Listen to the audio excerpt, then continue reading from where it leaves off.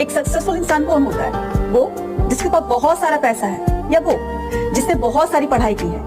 एक सक्सेसफुल इंसान वो होता है जिसके पास पैसा भी है, ज्ञान भी है, लेकिन साथ साथ में दूसरों के प्रति आदर, सम्मान, प्यार, इज्जत करना, ये सब भी होता है। तो किसी ने कहा है ना कि छोटे इतने बनो कि हर कोई तुम्हारे साथ बैठ सके, और बड़े इतने बनो कि जब भी तुम खड़े हो तो कोई दूसरा बैठा ना रहे। इसलिए जब भी आप अपनी लाइफ में उस सक्सेस को पालो, एक सक्सेसफुल इंसान बन जाओ, तो कभी घमंड मत कीजिएगा, क्योंकि लोग आपको आपके व्यवहार से जानेंगे।